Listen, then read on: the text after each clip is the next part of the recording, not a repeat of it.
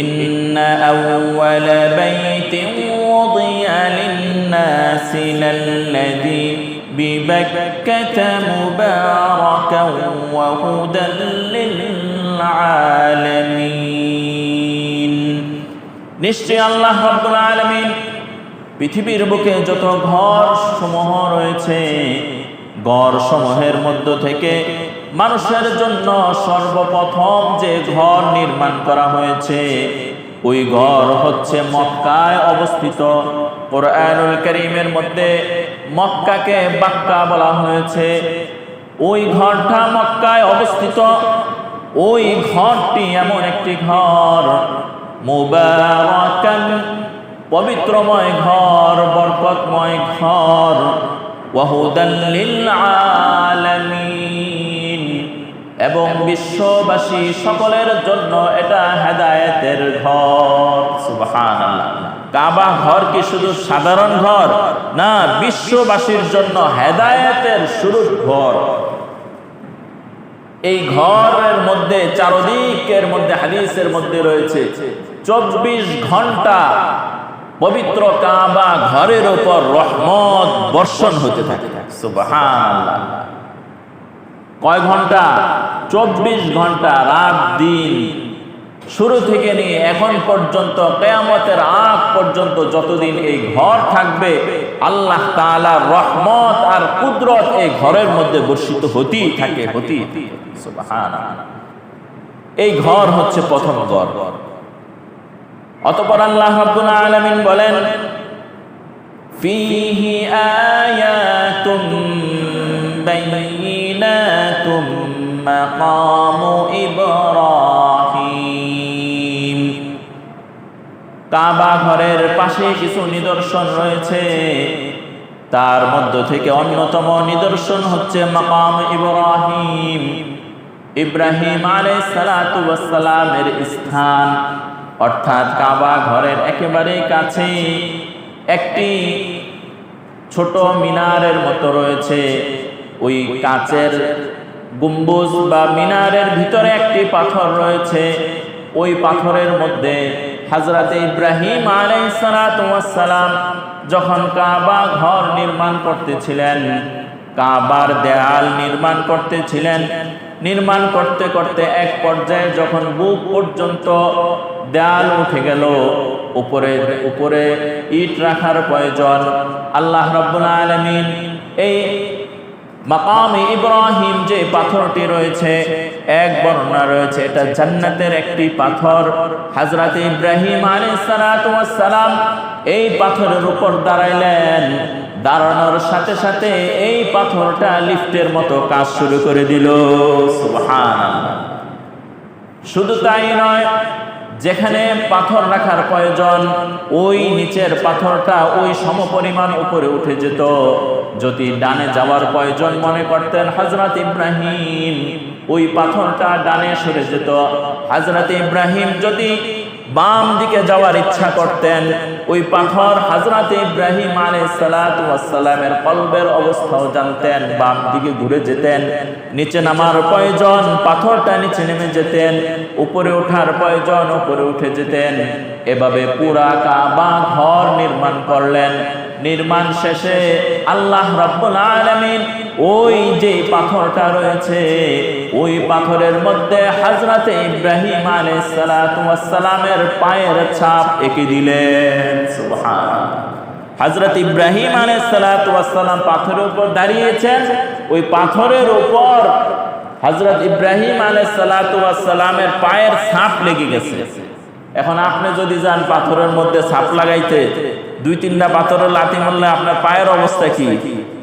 শেষ। ছাপ বসবে? ছাপ বসবে না। তো আল্লাহ তাআলার কুদরতে ওই পাথরের উপর ইব্রাহিম আলাইহিস সালাতু ওয়াস সালামের ছাপ পড়ে গেছে। তো ইব্রাহিম আলাইহিস সালামের পা যেখানে পড়েছে ওটা পাশেই রাখা হচ্ছে।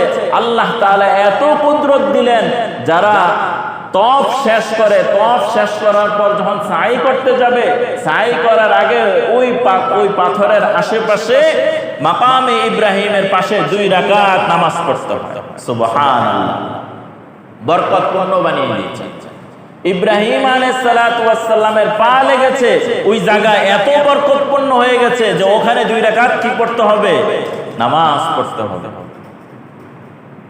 হযরত ইব্রাহিম আলাইহিস সালাতু ওয়াস সালামের স্ত্রী হাজরা আলাইহিস সালাতু ওয়াস সালাম, উনি এমন এক মহিষী নারী ছিলেন, তার কিছু কর্মকাণ্ড আল্লাহ তাআলার কাছে এত পছন্দ হয়েছে, হাজীদের জন্য ওই কাজগুলো কখনো ফরজ কখনো ওয়াজিব করে দিয়েছে।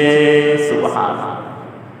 শুধু তাই নয়, ইব্রাহিম আলাইহিস সালাতু ওয়াস সালামের সন্তান হযরত ইসমাঈল আলাইহিস সালাতু ওয়াস সালাম পায়ের ছাপ যেখানে লেগেছে ওখান থেকে বরকতের পানি শুরু হয়ে গেছে, সেই পানির নাম হচ্ছে জমজমের পানি। কি বরকতপূর্ণ এক ফ্যামিলি! বাবার বরকতে ঘর নির্মাণ হয়েছে, ওই পাথরে ছাপ লেগেছে, আল্লাহ তাআলা ওখানে নামাজ পড়া বরকতের কাজ বলে দিয়েছেন। মা দৌড়াদৌড়ি করেছে, ওই কাজ আল্লাহর কাছে পছন্দ হয়ে গেছে, হজের রকম হিসাবে আল্লাহ তাআলা দিয়ে দিয়েছেন।